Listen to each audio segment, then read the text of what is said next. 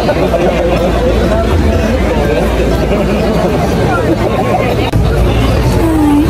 are wearing green today, dear friends, kasi today is St. Patrick's Day! Ang daming tao, ayan. So, banda doon, may grandstand. So, may payment pagka doon ka upo para mas better yung view mo. So, dito, nakatayo lang kami. Ano lang sa crowd. So, libre yun.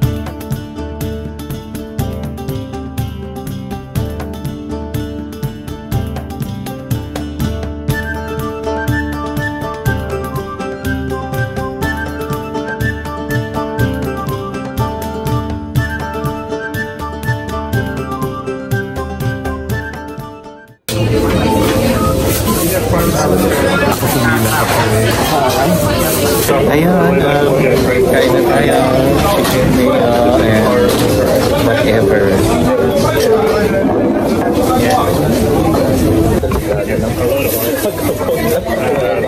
Malapit ka sa dance.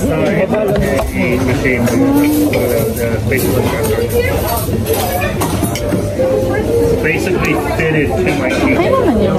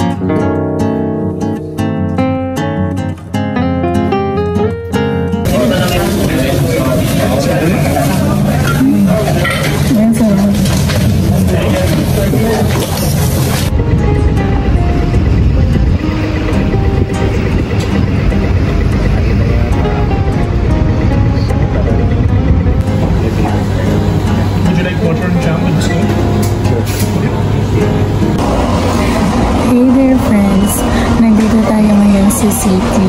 So, guess what? First time namin mag-Starbucks. And, same lang din. Yung in-order ko is cafe latte. So, waiting doon si Ego. Tapos, we got a fruit spoon. Kasi ito, favorite niya to. Tapos, meron siyang jam. So, nandito tayo today. Kasi meron tayong schedule for the IRP. So, kailangan siya as ID mo dito sa Ireland. So, yung mga requirements, ililista ko dito. Para kapag ka nagpunta din kayo dito sa Ireland and mag-a-apply na rin kayo, you can prepare for this requirement.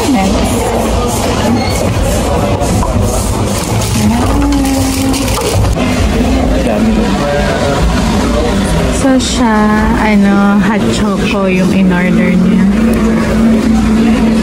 Cha.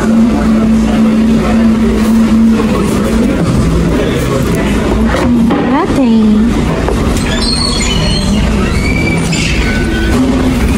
While waiting, magbukas ang opisina ng ating sadya dito sa syudad.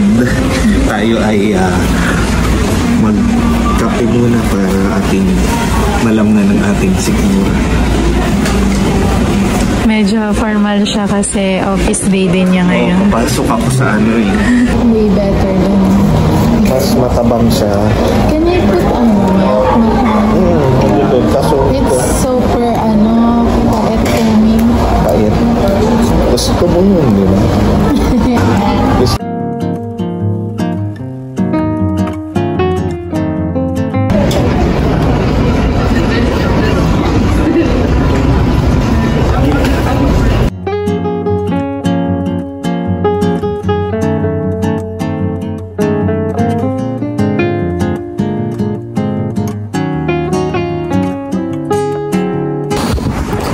Successful naman kami, dear friends.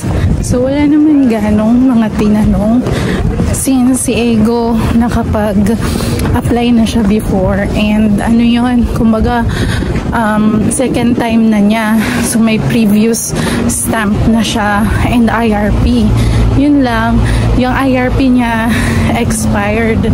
Kaya, yun, panibagong IRP yung in-apply niya ngayon.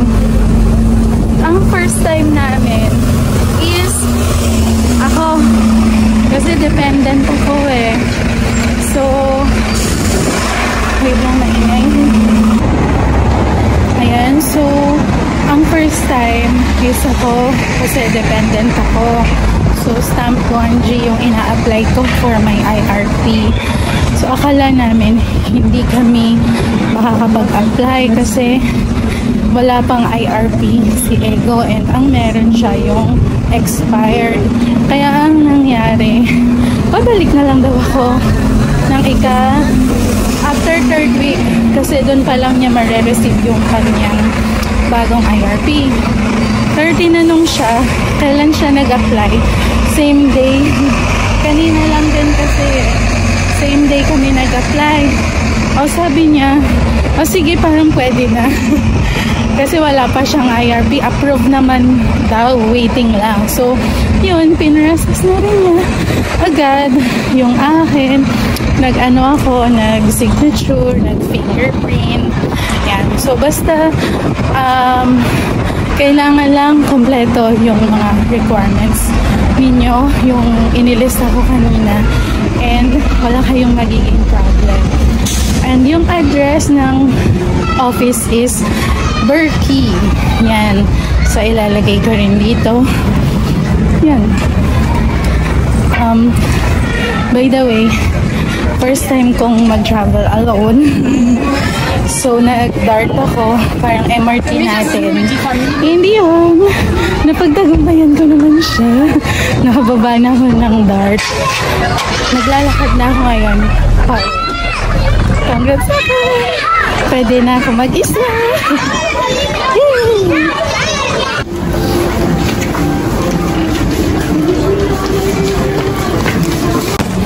Hindi rin bagay.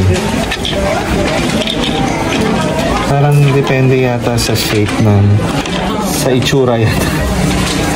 Ay, ang ganda nito. Parang light lang.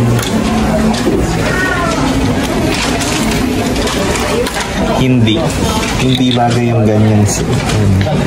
Parang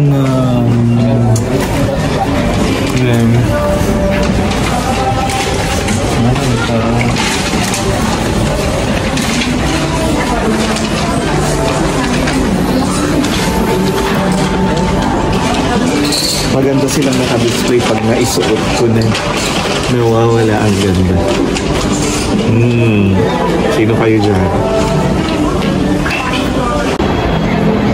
Dance.